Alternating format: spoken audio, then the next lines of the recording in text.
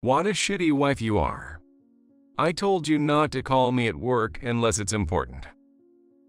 For a moment, my breath stopped at the sound of my husband, John's, voice yelling annoyingly on the other end of the phone. John is currently away on a business trip that involves staying overnight. Being busy in sales, John had repeatedly told me not to interfere with this very important work.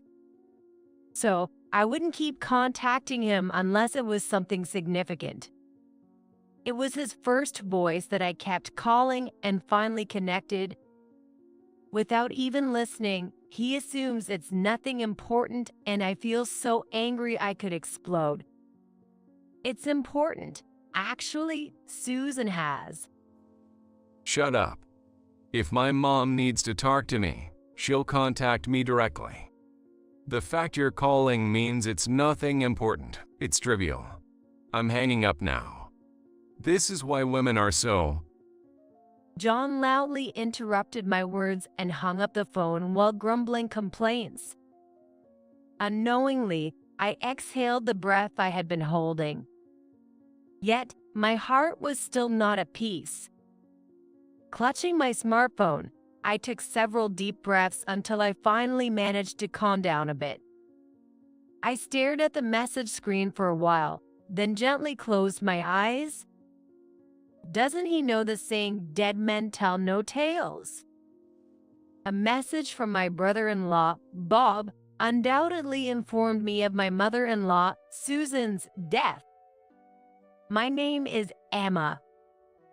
I'm a 32-year-old freelance web designer. After struggling at a company in my 20s, I finally became independent, and now I work from home while living with my husband. My husband's name is John. We met through a client I was working with. We got along well, and without any dissatisfaction, we moved from dating to marriage. John was calm and kind while we were dating, but his attitude cooled off drastically once we were married. Trying to have a conversation, I would only get indifferent responses. I'm tired. He would either ignore me while vaguely watching TV or make sarcastic remarks on his bad days. You can work lazily from home. When I'm at work, I have to humor my boss and customers, no matter how much I hate it. You're so lucky. Since you have it easy, you could at least make a delicious meal. True, working from home means I can avoid interpersonal conflicts and work quietly, but it's not stable since I only get paid per project. The constant anxiety and pressure are intense. The atmosphere between us grew increasingly tense. I was feeling anxious about our future life. At one point, we even tried to have a child. Hoping that becoming a father might make John a bit more gentle, and wanting to finish childbirth before getting much older, we hoped for a child. But that dream never came true. I did get pregnant once. We were delighted at the time, but a few weeks later I had a miscarriage. I can't forget the pain of that time. The guilt of not being able to bear our baby. Though still a fetus, the irreplaceable loss of our child's life was an indescribable sadness. At the time, I couldn't concentrate on work and spent days crying, cooped up at home. The baby must have felt so uncomfortable in your womb and thought it better to die.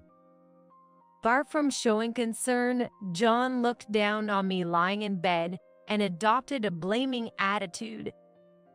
We have to start over again. That's annoying. Wait, can you even get pregnant again? Hurt by such insensitive words, my heart was increasingly shattered. The one who saved me from rock bottom was my mother-in-law, Susan. Ever since our marriage, I had a good relationship with Susan, who would come over to the house or exchange messages with me. We would share recipes and makeup tips, maintaining a friendship-like relationship with a bit of care? When Susan learned about my miscarriage, she grieved as if it were her own loss and supported me. There was a time when John hurled abuse in her presence. What a defective product. Can't even properly bear a child. That time, she exploded, grabbed him by the collar, and lectured him. John, what are you saying? Sit down over there. Blaming your wife for a miscarriage is unbelievable. Emma is not at fault at all. It's just a whim of God that it happened. To think I raised a son with such a twisted personality and way of speaking. Worn down by John's attitude, I felt a sudden sense of relief. Additionally, my heart overflowed with gratitude and love for Susan, who had stood up for me. In John's absence, Susan confided that she too had experienced a miscarriage. That was before she got pregnant with John. There was indeed a baby here, but I couldn't give birth. I was so sad and frustrated. I blamed myself. Back then, medical science wasn't as advanced, and the causes were unclear. They even suggested it might have been my fault. I was severely blamed by my mother-in-law. I really wanted to tell you, it's not your fault. Susan's words as she held my hand were painful, and I felt a tight squeeze in my chest.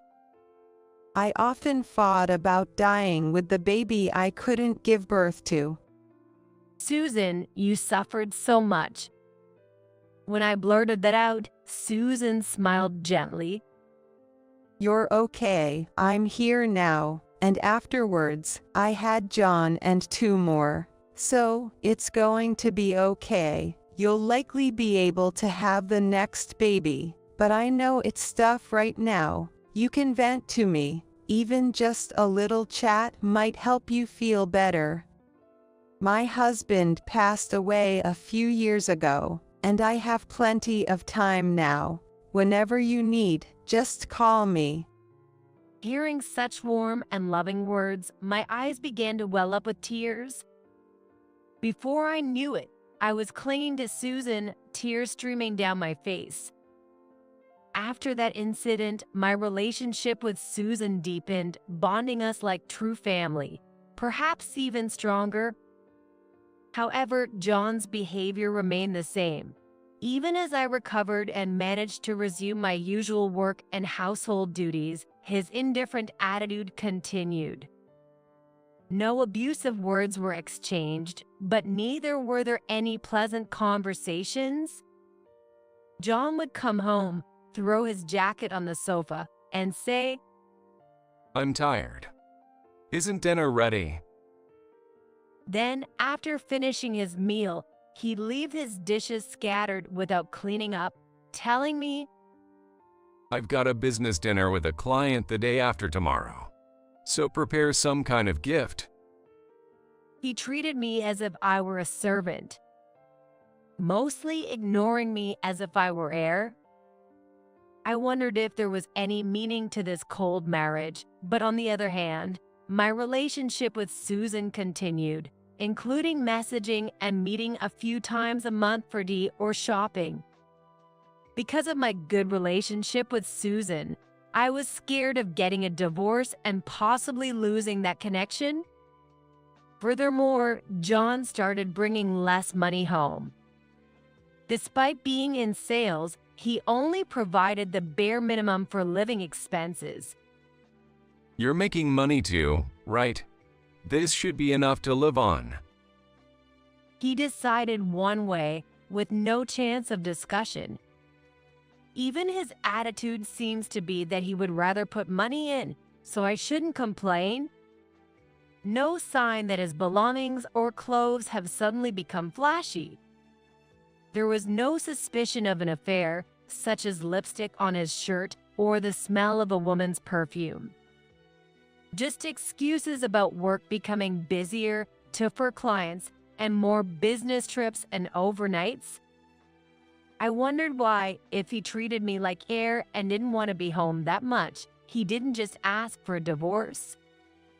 Months passed as I got used to a frugal lifestyle, working hard at home and my job. My work began to be recognized more than before, and I received more projects and higher rates from clients who had helped me previously. As work got busier, it increasingly got on track. So my earnings increased, and if I could keep my job at the current pace, I might be able to afford to save even if John's living expenses were small. One day, it happened. Are you on another business trip? You were just on one last week. I was surprised to hear that John, who had just taken a business trip a few days ago, was leaving again in 2 nights and 3 days. It seemed excessively frequent. If it were due to sales, business trips could happen, but I hadn't heard anything about him switching departments since we got married. The sudden, significant change in routine felt unnatural. That's what I said. I have troublesome client who call me to the local area every time. Unlike you clicks around on the internet. I earn my keep on the ground. John snapped this at me and threw an empty suitcase in front of me, saying, "Get it ready if you understand." Why must I endure this? That thought crushed my heart, and I just silently looked down at the suitcase. Without paying any attention to me, John finished his meal and shower and went to sleep. As I approached the bed, John was snoring loudly, showing no signs of waking up. His smartphone was right in front of me. Using John's finger for the fingerprint authentication, I could easily peek inside. But if I found definitive evidence, it would surely lead to divorce. Then I would have to explain everything to Susan. If we divorced, I couldn't imagine maintaining the same relationship with her as before. However, maybe Susan would scold him, saying that's my son's fault, and we could continue our relationship not just as mother-in-law and daughter-in-law, but as friends. As I was about to use John's finger to unlock his phone, the screen suddenly lit up. The notification for the messaging app displayed prominently, showing a name that was clearly a woman's. Looking forward to our weekend getaway. Since last week was shopping, let's relax and cuddle at the resort hotel this time. Strangely, I felt no anger. Rather, I was almost happy to have evidence to demand compensation from John and this woman. Taking advantage of the moment while he was deeply asleep from drinking, I unlocked John's smartphone and launched the messaging app. I quickly took a photo of the screen with my phone and slowly scrolled through it. I took photos of all of their messages from when they would have started a relationship. There were also photos taken on the bed, naked, and I struggled to keep my hands from trembling. I then checked whether John's overnights were really for business trips or for meeting this woman. It turned out not all were lies. Occasionally, he really was on business trips. Even after all this, John showed no signs of waking up, and gathering evidence was chillingly easy. Collecting all this evidence was chillingly easy, as if he hadn't intended to hide his affair at all, which made my head spin. The next morning, John acted as if nothing was amiss. He sat down as usual, waited for breakfast, complained about the seasoning, belittled my work, and whined about how hard his own life was. Watching him leave the house, my heart remained strangely calm.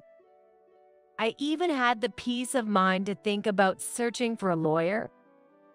Perhaps because I had stopped talking, John seemed to be in a slightly better mood. When the weekend arrived, John unusually said I'm off, and left for his trip, which was not just a business trip but an affair getaway. As I was deciding whether to go out for groceries after tidying up the house, an unexpected call came through on my smartphone. John has a brother and a sister. The caller was John's younger brother, Bob. I heard that Bob, who was married, was living with his parents to save money for a house. Hello. As I answered the phone, I heard a voice much more somber than when I had last seen him. Hi, Emma. I'm sorry to call out of the blue, but my mom suddenly passed away this morning. Oh, no. It must be a mistake, I exclaimed, almost screaming. Images of Susan, with whom I had spent so much time, flashed through my mind. Her smile when we had tea together. Her serious face when she gave me advice. And her warm expression when she supported me through my miscarriage. The sudden news of her passing pierced my heart like a knife. It's true. She collapsed suddenly this morning, and we called an ambulance, but she was gone by the time they arrived. And is John there? I can reach him. Hesitating for a moment, I felt a surge of desire to spill everything to Bob. But now was not the time. It wasn't the right thing to tell him now. I'm sorry, he's not here. He's on a business trip. I think it's stuff for you. Shall I talk to him? Thank you. That would be great. Honestly, I'm overwhelmed with things to do and can't manage to make calls. After expressing my condolences again to Bob and telling him I would help if needed, I ended the call. Then I immediately tried to contact John. With Susan gone and the pain in my heart throbbing, I grew anxious as John didn't answer his phone. After ringing more than 10 times, John finally answered, his voice clearly irritable. Hello? I finally got through to you. Actually, it's about Susan. As I tried to speak, John cut me off with this remark. What about Mom? I told you I'm on a business trip. Don't call me with trivial stuff. For a moment, I was breathless. He was irritated, receiving a call from his wife in the middle of his affair trip. Knowing this made my head burn with anger. Come home right now. This morning, Susan. Shut up. Determined to convey my message despite his annoyance, I spoke firmly, which seemed to really bother him as he yelled to cut me off. If it was really important, Mom would have contacted me directly. If not, it means it's nothing serious. I'm working, don't call me. With that, John ranted in a harsh tone and abruptly hung up the phone. I stood shocked and confused, my hand trembling as I held the smartphone. He hadn't even listened. It was about his mother. I tried calling several more times, but it didn't connect, and finally, a message indicated that the phone was either off or out of signal range. It was hopeless. I took a deep breath. If he didn't want to talk to me that badly, I'd comply with his wish not to call. He had said it himself, so he had no right to complain later. Then I left a note in the dining table that read, "I am going to your parents' house," quickly packed my things, and left the house. By the time I arrived at my in-laws' house, it was already evening. In the midst of all the hustle, Bob and his sister Sarah greeted me. There was a list of family tasks left on the living room table, with many papers scattered around. I'm sorry. There's still so much to do with all the calls I need to make. I haven't gotten around to tidying up yet. No, I'm sorry for coming alone at such a time. It's okay, But what about John? Is he coming later? Bob, expecting that we would arrive together, furrowed his brows in confusion seeing me alone. Sarah also looked puzzled, checking outside to see if John's car was there, making me feel apologetic. Resolutely, I relayed the phone conversation I had with John a few hours earlier. After a painfully long silence, Sarah was the first to speak. No kidding. Unbelievable. What is he thinking? Trying to contain her anger, Sarah clenched her fists, trembling, and her face turned red. That idiot. Damn, should I contact him right now? Bob muttered in a terribly low voice. Looking closely at the notes Bob was fiddling with, I saw the funeral home's name and the number of people to call written down. Next to the word chief mourner, eldest son was written, and John's name was beside it. Noticing my gaze, Bob quickly let go of the note. I'm sorry, the funeral home told me that normally the eldest son does it, so I told them he would. I'll contact the funeral home now. Yes, we have to notify them as soon as we know. Bob immediately called the funeral home to change the chief mourner to himself. That night, they allowed me to stay over. The next morning, Bob was busy with submitting the death certificate.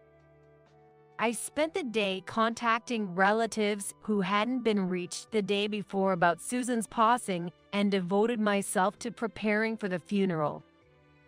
Many of Susan's friends and acquaintances came to express their condolences that day. Every time someone asked about John's absence, I explained he was on an important business trip that he couldn't miss. Some were astonished, others angry, and a few even tried to contact John on the spot. However, John either had his phone off or didn't respond to anyone's calls.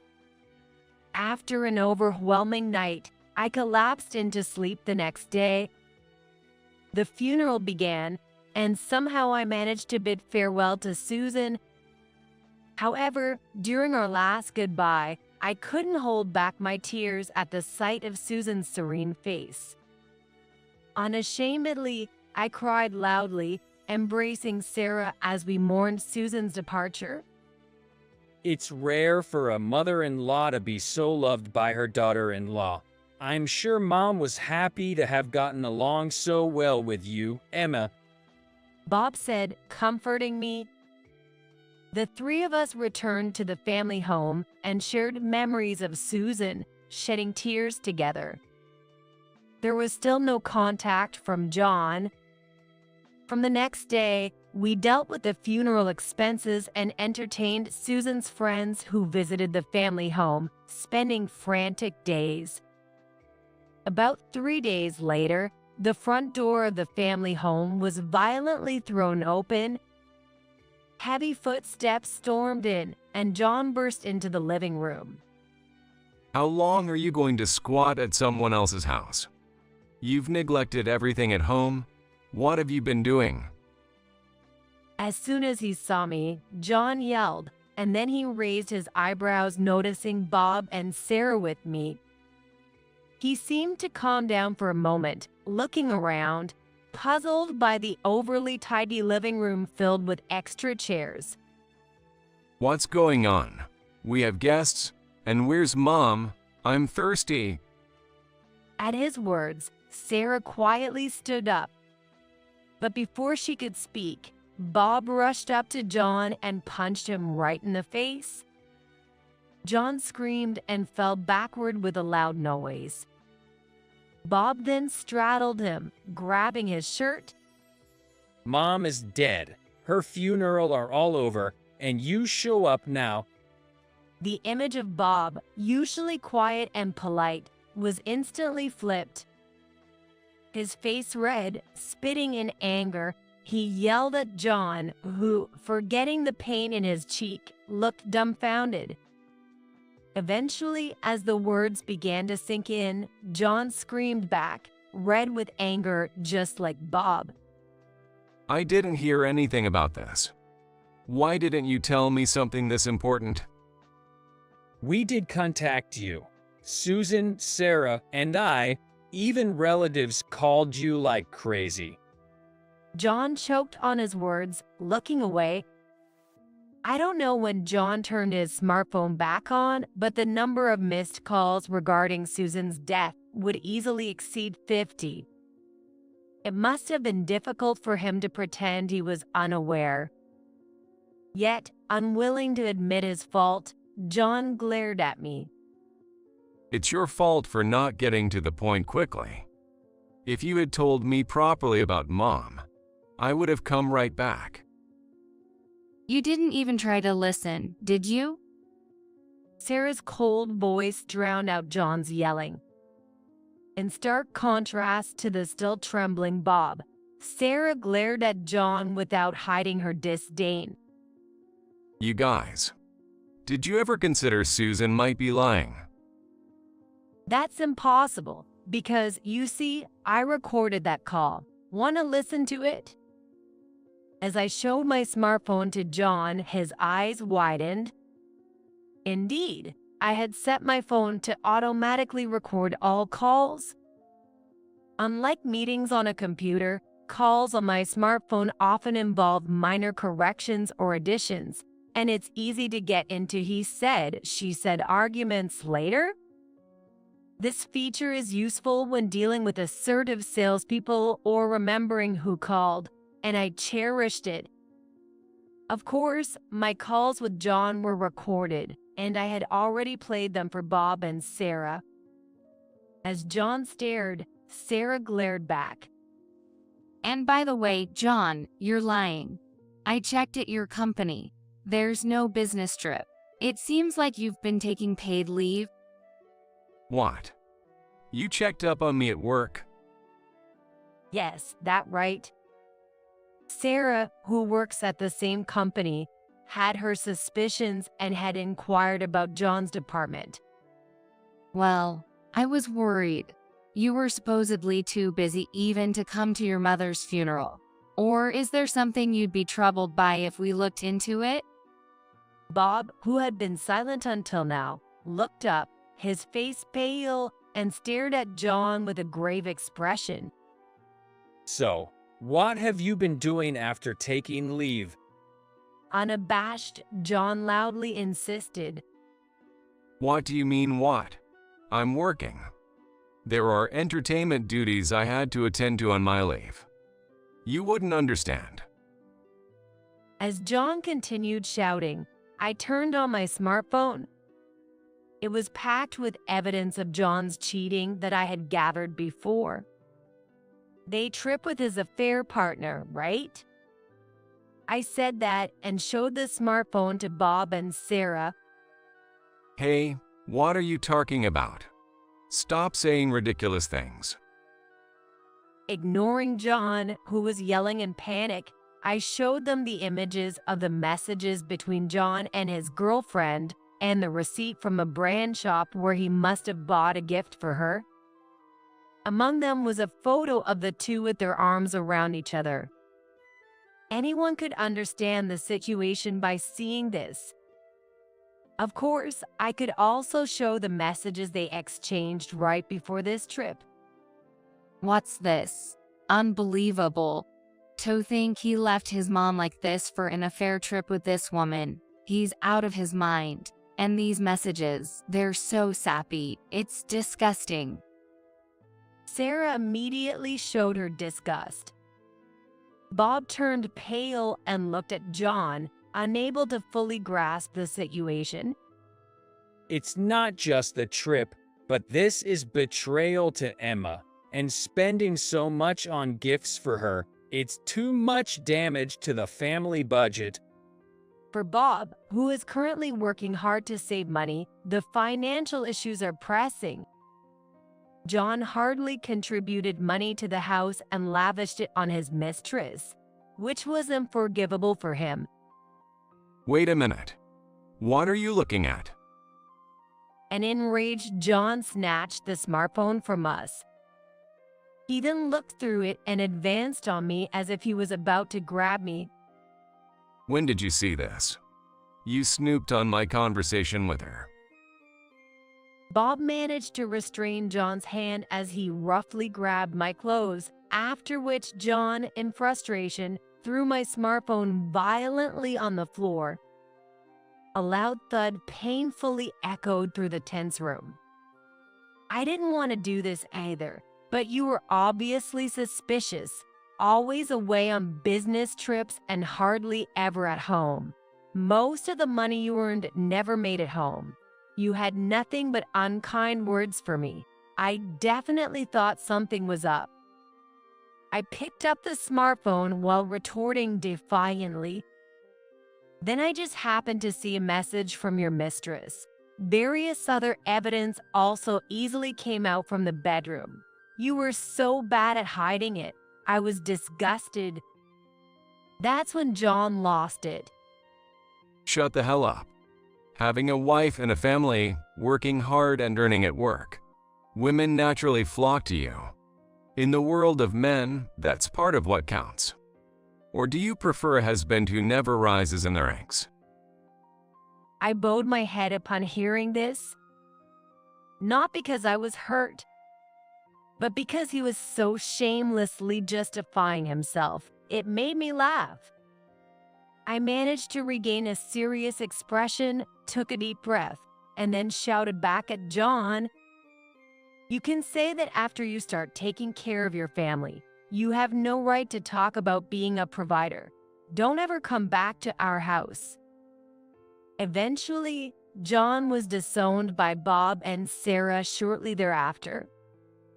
Treating his spouse poorly and running off to an affair without any remorse, not to mention his insensitive behavior regarding his mother's passing, was enough reason for them to no longer consider him family. I cleared out all of John's belongings from our house and started living comfortably alone. And of course, I dealt properly with the affair by consulting a lawyer for compensation. Not just from John, but also from his mistress. Turns out, the mistress was a woman from a company John had business with, and Sarah was able to identify her quickly after seeing the evidence photos I had collected. I'm sick of him. That woman is just as bad. Got to rethink associating with her.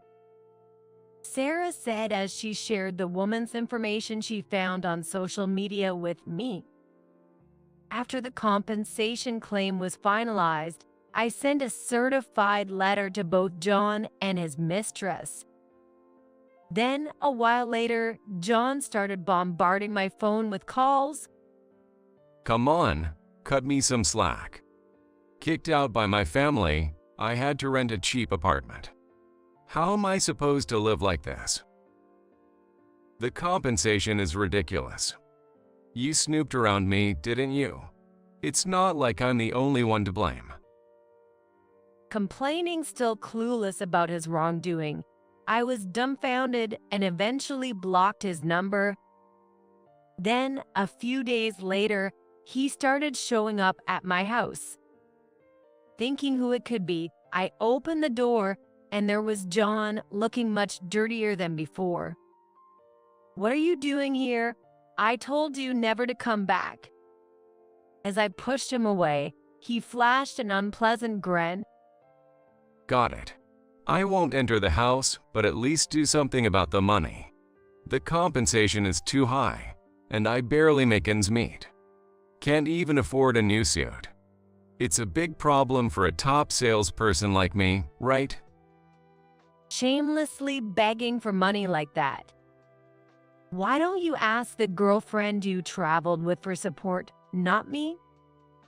When I made a sarcastic remark, John clenched his lips in frustration and frowned. It's because you sent a compensation claim to her too.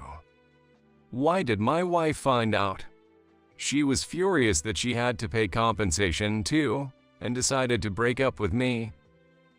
So it seems that John was dumped because his girlfriend, who saw him as a cash cow, turned into a liability. It seems he lavished her with expensive brands and took her on luxurious trips frequently. Turns out she was just a lousy woman who only saw John for his money. Oh, right. But you, unlike me, you're a respectable person who excels in a company setting, earning praise at work, right? Then take care of yourself. Goodbye. With that, I slammed the front door shut.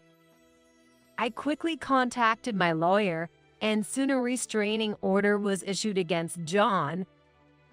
John really squandered the money he earned on his mistress and frivolous things, and he dumped all the household responsibilities on me, so he had no life skills. It seems he's living a miserable life in his apartment now, unable to do any housework. His dirty appearance when he showed up at my house was the result of his lack of life skills. With no domestic skills and subsisting on junk food every day because he couldn't cook, he couldn't work, and a few months later, it seems he was fired from his job. I heard this from Sarah, who works at the same company. It's unlikely John will find a good job again, and his attempts at finding a full-time job have failed. However, he needs to sort out his life and pay the compensation. A few months later, Sarah told me she saw John doing a traffic control part-time job, looking unwell on a road she traveled on a business trip. After all his condescending and selfish behavior, John ended up continuing in a low-wage job with no freedom. And the mistress ended up not being able to pay the compensation herself, so her parents had to cover it for her. Her parents were furious about her extravagant affair with a married man, and she had to pay them back. She was banned from enjoying shopping and trips she used to indulge in, and had to take a job under strict parental supervision that she didn't want. She's forced to lead a suffocating life with no freedom, either at work or in her private life, and continues to work while dealing with stress every day. After that, I combined the savings I had accumulated with the compensation money and moved to a new apartment early. The current apartment also holds memories of the time I spent with John, and just living there brings back unpleasant memories. I wanted to get away from such a place as soon as possible. Work projects keep increasing, and I'm managing to build a good track record while earning the trust of several clients. I devote myself to work and love alone. I turned over a new leaf and started a new life. A few months later, I met a man at a cafe in my new town and started dating. He works in planning and development at a major company and has a great interest and respect for my job as a web designer. I was drawn to his calm nature and logical, cool demeanor. Surely, he would never blatantly cheat or shamelessly betray his family. A few years later, I married him and we were blessed with a child. And this time, there was no problem, and the baby in my womb is growing healthily. My new husband is very caring during my pregnancy, and that has been a big help. Now, as a couple, we look forward to the birth of our child while we continue working and preparing. A kind husband and another family member about to be born. A peaceful, loving home awaits me,